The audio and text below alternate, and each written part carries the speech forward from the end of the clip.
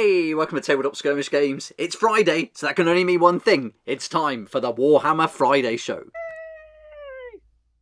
Sorry about that, it just felt like the right thing to do, but here we go. It's time for the Warhammer Friday show where I get you up to date with all the news from the week of Warhammer gone by, and there's quite a lot to go through. We're going to look at some new reveals, some interesting articles, and of course there'll be some awards, one for Star of the Week and one for Loser of the Week at the end of the video. This week's gone by so fast, but last Saturday was the Warhammer preview online for Warhammer Day, and I'll be focusing quite a lot on the kill team reveal that was shown during that video and talking a bit more about that. But I'll just give a quick update in case you missed it, and let's start with Imhotep the Stormlord, the new model for the Necrons, and they were also confirmed to be the next faction who'd receive a new Warhammer 40,000 Codex. So there we go.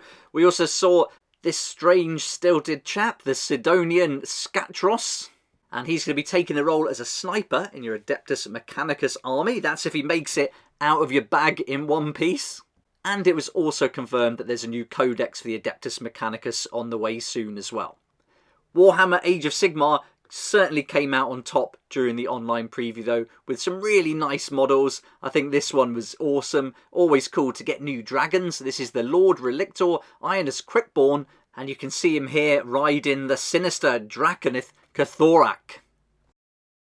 A very nice model, a good centerpiece, and if you want to include this in an all Draconith army, you can certainly do that. And this guy is going to come out for the first time in a box set with 2 Stormdrake guards. So a little bit of a paywall there, but if you don't have any of those Stormdrake guards already, I can say they're fantastic models. I got 2 in the Christmas box last year. I'm so happy with them. I've been playing them all year, having a great time. I love Age of Sigmar, and those models are just fantastic. So this is a really good set. If you either don't have any of those, that's cool to get them in this. You're probably going to make a saving.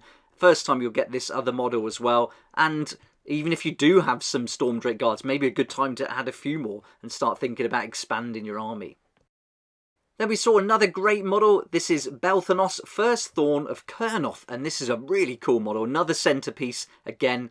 And if you want to find out more, it's included in that video I did earlier in the week, but this will be in a box with some other models, so you will not be able to get him on his own to start with.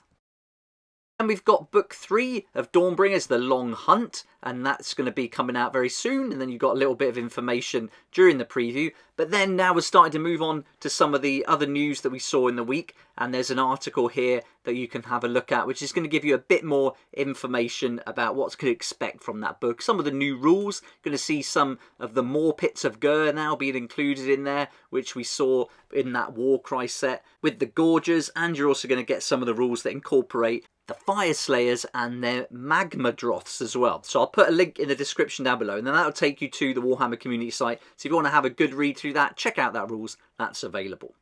We also saw in the online preview some news for the Old World. So if you want to find out about that and see the mix of new models, old models, resin models, plastic models, metal models, then that's all available and you can have a look at that in the video. I'll probably link to that video at the end of this one. So if you did want to catch up, then you certainly can do it by having a really good look at all the reveals where I condense everything down into 10 minutes. But it's the kill team that I thought we could spend a bit of time on during this video and have a look at the new format. We've got the Salvation box set with the models, and then we've got the terrain in another box set. So let's have a look at the models first of all then. First up are the Blades of Cain. So there's going to be 10 models here all together. And these are the striking scorpions that have been much anticipated. I think a lot of people predicted this and they were bang on. So yeah, there we go. Going to be nice to get these in a plastic kit, updated as well. So good news if you're a fan of the Eldari and you've been waiting for these. They're finally here, and I wonder how this is going to affect it when they come out. Is there going to be any available for Kill Team, or are they going to get bought up for 40k? Then there are the Scouts, the Scout Squad for the Space Marines, and these are their newer updated versions now. And it's good to see them updated. This again was predicted. People were kind of seeing this coming a long time ago, so it's just been a case of waiting for them to be released. Now all these models are going to come in the box set, and then you're going to get 6 pieces of Salvation Rig Apparatus terrain. Let's have a look at that terrain then. So here we go. 6 pieces altogether. These are just tiny scatter pieces. There's only 5 in the picture. So I don't know how that's going to work. Whether they just made a little mistake there, or whether there's 2 of one of these things. And in the box set, with these terrain pieces and the models, you're going to get Kill Team Salvation, the book. And this is going to be packed with background information on Beta Decima and the combatants in the box, as well as rules for both teams and the rules for fighting your battles on the extraction rigs. And the extraction rig terrain is going to come in another set. So the book with the rules for the terrain is going to be in with the models, and then the terrain is going to be in another box. Back to that in a minute, but there's also going to be in here something they didn't mention actually during the online preview, I don't believe, that there's going to be exclusive reference cards for both teams, including data cards, tac ops, ability ploy, and equipment cards, as well as token sheets. So that's new. Obviously, we've seen the data cards in the book, but it says there's exclusive reference cards here for both teams, which includes data cards. So we're getting the cards printed off. That's going to be really good. Something that we saw with those limited edition models that you could only get in certain regions. This is brilliant. So at least there's something new here. There's also equipment cards, which are going to be handy as well. So looking forward to seeing that. And you're also going to get those token sheets in the box as well. Right, so that's the Salvation box with everything in there except for the terrain, the board and objective markers. So let's have a look at exactly what comes in the other set. So this is the Kill Zone set, Beta Decima. It contains 18 pieces of terrain, and this is to use with the new Kill Zone rules that you have to buy in the other box. And then it includes a ferrotonic furnace with a redesigned platform and ramparts, 8 modular gantries, so 2 large, 2 small, 4 medium, and 9 industrial-themed objective markers, plus a double-sided game board representing the toxic, fume-shrouded oceans of Beta Decima. Okay, let's have a closer look at this terrain then. So I've got to say I'm completely uninspired here, and I don't want to be negative in these videos, but this is just not cool at all. I mean, this just looks so plain, so boring. Remember when Into the Dark came out and how awesome that was? It was just so cool. And now we get this, which just looks weird. It just looks like tables put around. It's almost like you're in a bar and they're going to be jumping from table to table, which sounds pretty fun. But yeah, this doesn't kind of give me a kind of oil rig vibe at all. I mean, what do you think about this? Let me know in the comments down below. I'd love to hear your thoughts. And also with the board, yeah, I mean, it's a double-sided board. It's going to have a couple of ways. And obviously, you're going to be able to put all these platforms together. But if you want the rules for this, you're going to have to buy the models. So the idea of having the models in one box and the terrain in the other, there's certainly some positives there. Not everyone wants all the terrain. Not everyone wants all the models. So some people just want to buy the terrain. Some people just want to buy the models. And so having it split, I can certainly see that there are some positive reasons for that. And all your comments in previous videos are bang on. But if you do want to just play the terrain and you want the rules, you can only get the rules in the book. So you're going to have to go and buy the models if you want to play the rules. So that doesn't make sense. It should almost just be like a small leaflet in with the terrain. So you've got the terrain rules and then have the book with the terrain rules as well, maybe. And then everything else that we would expect from it. So splitting it up, it's clearly a way to do what would normally be one box set.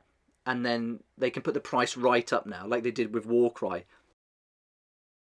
Yeah, so sorry it's a little bit negative, but you know, when you're excited about something coming out, looking forward to seeing what they're going to do with the new season of Kill Team, and then we just get this. Yeah, it's not going to be for me, but you know, that's just my opinion. What do you think? Looking forward to hearing your thoughts, but we certainly don't have to buy any more. There's so many cool things that have come out of a Kill Team so far. We could get loads of play out of it. Octarius is still such a fun set to play with, and the models are awesome. The Orcs and the Krieg are really great, and we did get a lot of really good Kill Teams last season too. So it's not the end of the world. We certainly all probably got enough to be getting on with, but it would have been nice to have something a bit more inspiring than what we saw here. Alright, I think we need something a little bit more exciting, so let's jump ahead and have a look at some Necromunda with this pretty awesome Scalvian Explorator for the Ironhead Squat Prospectors. Now this is more like it. What a cool vehicle. This is awesome. And I saw it getting a lot of positive comments online, which is really cool. It's great when something comes out like this that people really respond well to, and I think it's justified because this does look awesome. Necromunda gets some really good vehicles, and they've done it again here. In fact, the models as well. The characters are brilliant. We'll see some of those in a second, but this is great, and it looks really tough as well. This is going to be a tough nut to crack. and I think a lot of people will probably want this for their Leagues of Votann, so expect this to be proxied in for some of the vehicles for 40k as well, no doubt. But I can imagine this being played in loads of games, not just Necromunda. This is going to be brilliant in some kind of sci-fi skirmish or big battle. Brilliant, and all the little extra features on there look great.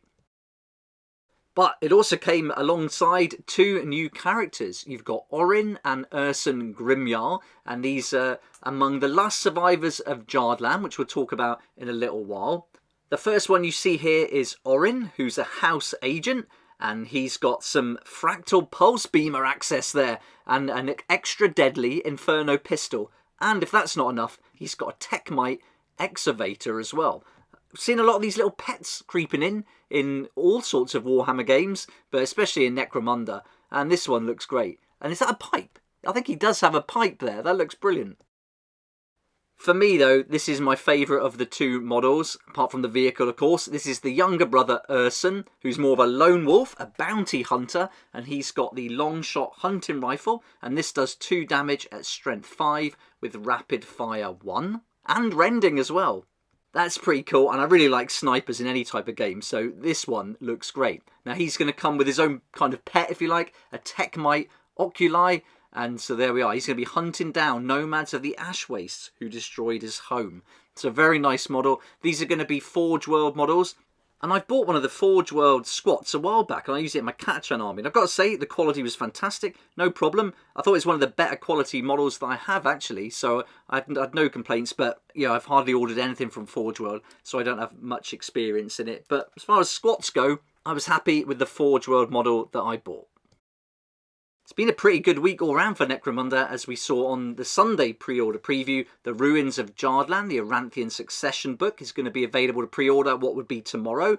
We've got some new vehicles for the Van Saar gang, and some gang tactics cards and vehicle gang tactic cards too. Then another updated transfer sheet here, and this pretty cool model, the Mind-Locked Weird and Cephalopod Spectres. So 3 pets for that one, another resin model there, and then we've got some resin extra features and add-ons for your Van Saar gang. And then there were these models that are going to be made to order for some of the older 40k models, a mix of metal and resin and plastic, I believe, that you can pre-order, 180 days for those to arrive, and then a Forge World resin model too. And if we go back to the articles, we saw the Rumour engine this week. Love to hear your guesses for this one. I've got absolutely no idea what that is. I'm no good at these Rumour engines, so really rubbish. But have a guess, let me know what your thoughts are. And then later in the week, on the 18th of October, we saw this really cool article which talks about a battle report for Age of Sigmar. But they talk through how they made the game board. And this was really good. I wish they would do more stuff like this. It was really enjoyable, a really good read. Great to see the photos, and you can see the process they've gone through to put this together. And a little bit of an interview with Andy James there, who were involved in it. So this is really nice. This is a really good article, and yeah, I'd like to see this a lot more. It's really cool to see how things are made like this, because when you see it in the battle reports, their terrain is fantastic, and having a behind the scenes look at it, you could certainly imagine doing something like this yourself. They've got some really easy achievable techniques there, using different materials, and I think this could be easily replicated, and it would save you a ton as well. Some of these older plastic boards that were very similar to this are so expensive now, but if you can make your own with some foam and maybe some carving or even a bit of 3D printing, then having something like this would be great to play on. That's a really good article. I can certainly recommend having a look at that on the Warhammer community site. There was another article on the 20th of October for Necromunda, so getting a lot of attention, and this is talking about the Aranthian Succession, and now with the final instalment, Ruins of Jardland, about to come out tomorrow, or pre-order tomorrow I should say. This is going to give you a little bit of info, not a huge amount, but enough to give you a good flavour of what it's all about. And then finally, before we go on to give out the awards for the Star of the Week and Loser of the Week, it's time to have a look at the Warhammer 40,000 article. Not an awful lot for Warhammer 40k this week from the Warhammer community, but it is time for the Meta Watch, and so you can see here the order of things. Now I'm not playing this at all anymore. I'm actually looking at trying out bolt action rules, conflict 47, and so that's what I'll probably be doing from now on with my models from Warhammer 40,000. Let's see how that goes. But here you can have a really good look at MetaWatch, and if you're interested in seeing how everything's doing, this is going to give you an idea, ranging from 44% up to 57%. But I'm completely out of touch with Warhammer 40,000 at the moment, and so I'm not your guy for that. But yeah, there you are. That article's up, and the video. Their videos are normally good for meta watches for all the different games, so that'll be available on the Warhammer community site. Again, that link will be in the description for you to have a look at. Okay, that brings us on to my favourite part, where we look at Star of the Week and Loser of the Week. And let's begin with Star of the Week. And it's a pretty obvious one for me, this. I'm going to go with the Necromunda vehicle and give the sticker to the Scalvian Explorator for the Ironhead Squat Prospectors. I really like this. I think this is so interesting as far as models go. There's a lot going on with this. It looks really great, very original, and I think this would just be so fun to build, paint and play on the tabletop in lots of different games. Let me know what your Star of the Week is though. You may disagree, so I'd love to hear who you would give the sticker to. Now it's time for Loser of the Week, and I can't believe I'm giving it to a Kill Team set. This is ridiculous. If you'd said this 2 years ago that this is what I'd be doing, I wouldn't believe you. But yeah, unfortunately, Loser of the Week is going to go to Kill Team. In particular, the flat, boring terrain set and the way they've split it up by putting the rules in one box, the terrain in another. Yeah, it's not cool. If the terrain was awesome, I could probably forgive the separation, but man, this is not good. Let me know who your Loser of the Week is. Am I being too harsh on Kill Team? Looking forward to seeing what you think. There you go, that rounds up another Warhammer Friday show, and I will be doing this every week, so tune in if you want to see more Warhammer news. And every Sunday I do the Warhammer pre-order preview, and then on Monday I'll do a video confirming the prices for the pre-order products, and then sometimes in the week if anything really good pops up, I might do an extra Warhammer video. Like I did this week with the White Dwarf. I always do the review each week, but I've done loads of cool stuff this week, like how to play Escape from Project Reza. That's a solo game based in World War II where you go up against zombies, really good fun. Then I also did an unboxing for Victory at Sea from Warlord Games. Really looking forward to playing that very soon at a local club. This week I've painted some of the models from the new Anvil Industry range for the Bank Heist, and also some models from the new Moonstone Kickstarter. I was very lucky to get hold of these up front and get them painted up. This was so fun. There's one more to come from those this week, and then I'll be painting some proper dwarfs for the new Torch and Shield game. So lots to have a look at on the channel already, and a massive thank you to you for clicking on the links to my sponsors and supporters. It really helps them, independent creators and online retailers. You save up to 20%, and you help me here on the channel as I get a small commission for sales made through the affiliate links as well. So thanks so much for that. I really appreciate it, and it really does help. Thanks a lot for watching the video. It felt like this was a bit longer than last week's Friday Warhammer show, but I think with the online preview we're going through from the Warhammer Day products that we saw, that's probably extended it a little bit. But if you liked the video, it'd be awesome if you hit the like button, subscribe for more videos like this one, and I look forward to seeing you here next time on Tabletop Skirmish Games. Thank you so much to my Patreon supporters for helping me to keep going with these regular videos. I couldn't do this without you, and I appreciate your support so much. If you'd like to join the Patreon community, support the channel, get some great perks at the same time, there's a link down below in the description. It'll be awesome to see you there.